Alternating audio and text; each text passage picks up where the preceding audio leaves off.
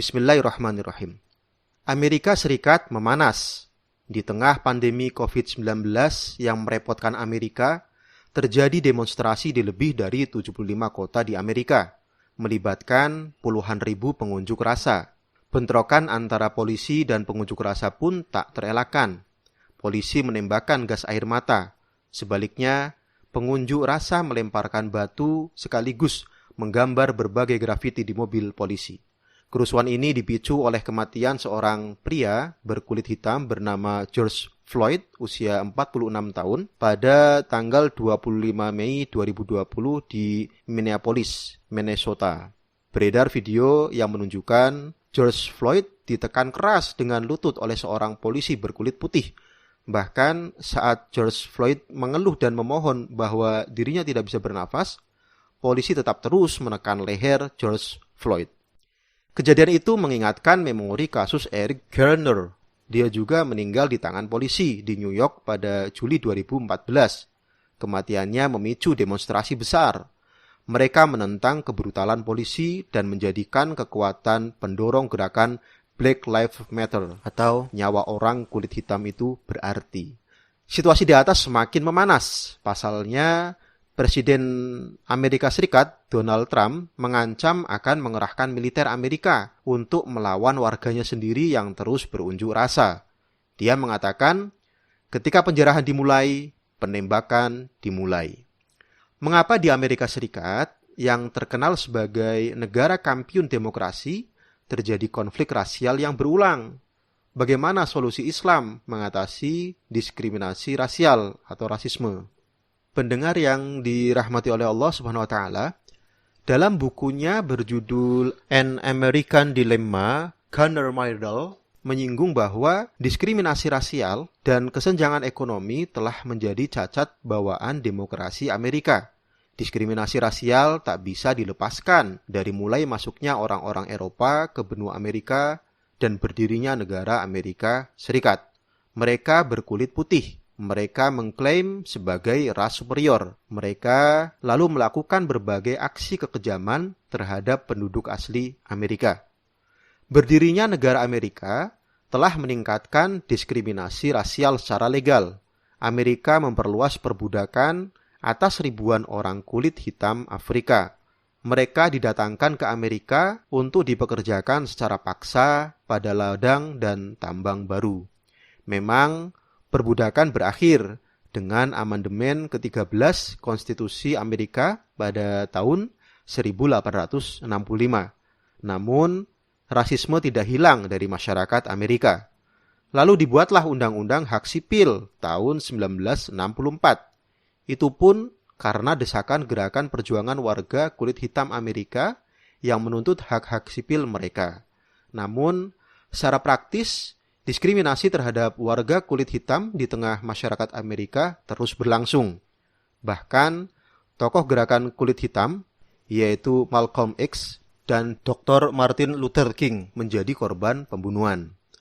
Warga kulit hitam sering dicap sebagai pelaku kejahatan dan mengalami perlakuan sadis oleh polisi.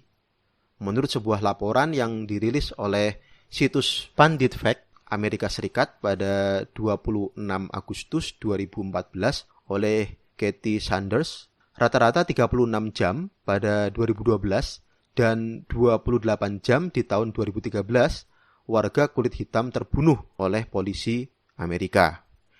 Banyak orang kulit hitam terus hidup dalam kemiskinan dan marginalisasi. Menurut laporan Josh Well dari tahun 1974 hingga 2018, pendapatan rata-rata orang kulit hitam pada tahun-tahun tersebut masih termasuk yang terendah di Amerika.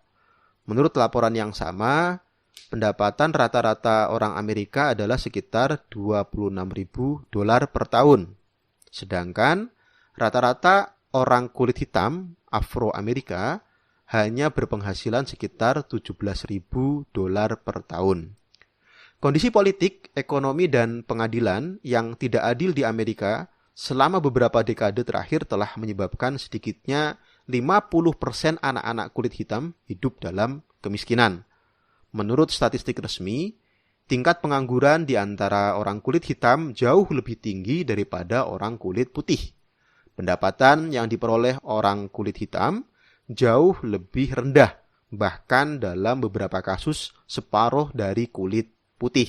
Dari berbagai keterangan di atas, tampak jelas bahwa diskriminasi rasial dan kesenjangan ekonomi berjalan secara sistemik, telah berlangsung berabad-abad dan menghasilkan persoalan yang tak berkesudahan.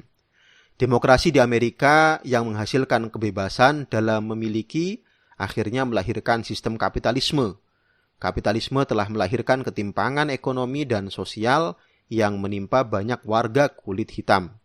Akhirnya, sampai kapanpun, konflik rasial di Amerika tak akan pernah hilang.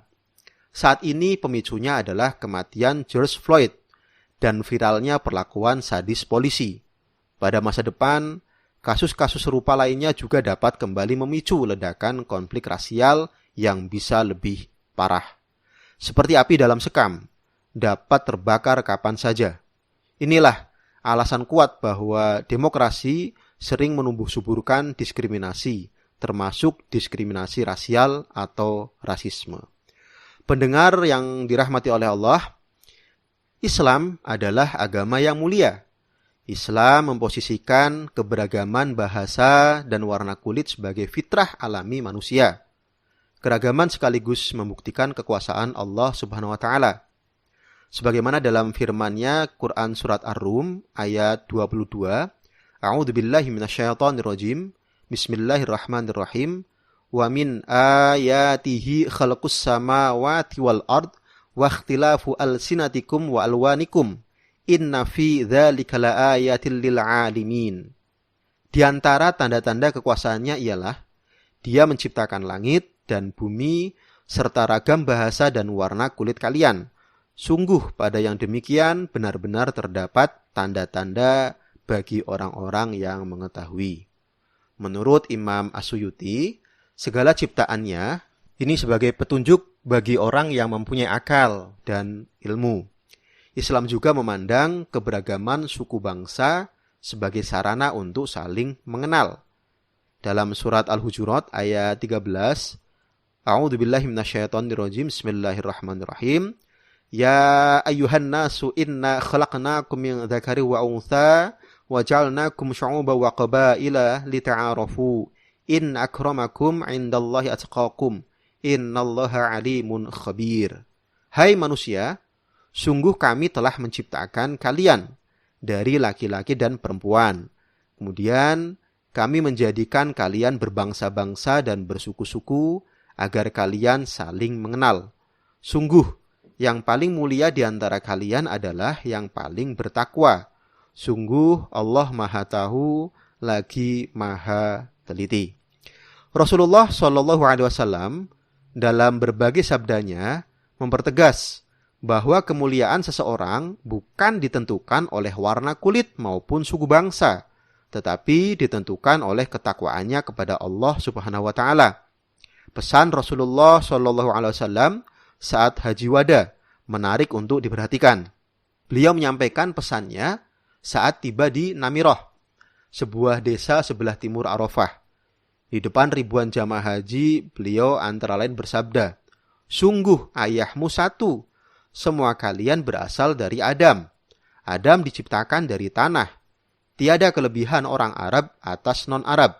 Tiada kelebihan non-Arab atas orang Arab kecuali karena ketakwaan.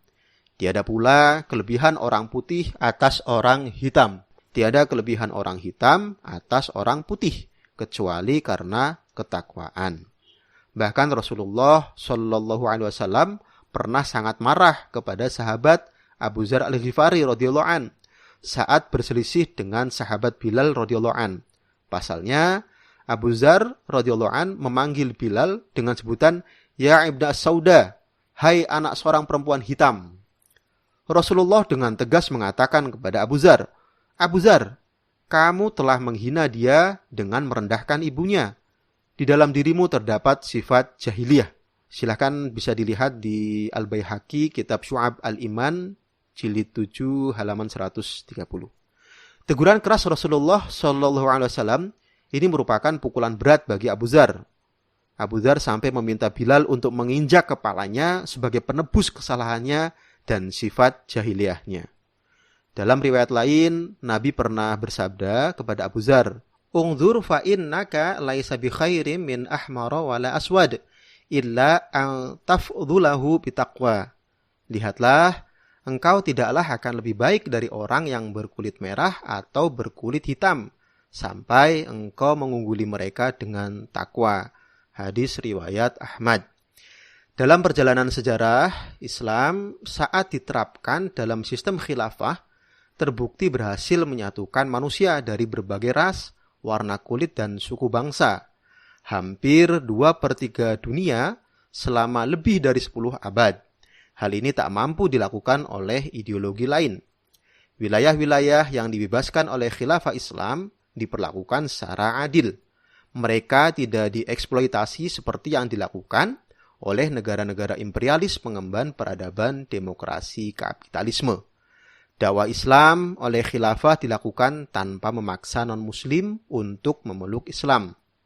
Islam hadir untuk memberikan rahmat untuk alam semesta, bukan hanya manusia. Islam mampu menyatukan umat manusia dari berbagai ras, warna kulit, suku bangsa maupun latar belakang agama menjadi sebuah masyarakat yang khas. Semua itu terwujud dalam suatu naungan sistem khilafah Islam. Hal ini sangat jelas diakui oleh sejarawan Barat Will Durant dalam bukunya berjudul The Story of Civilization.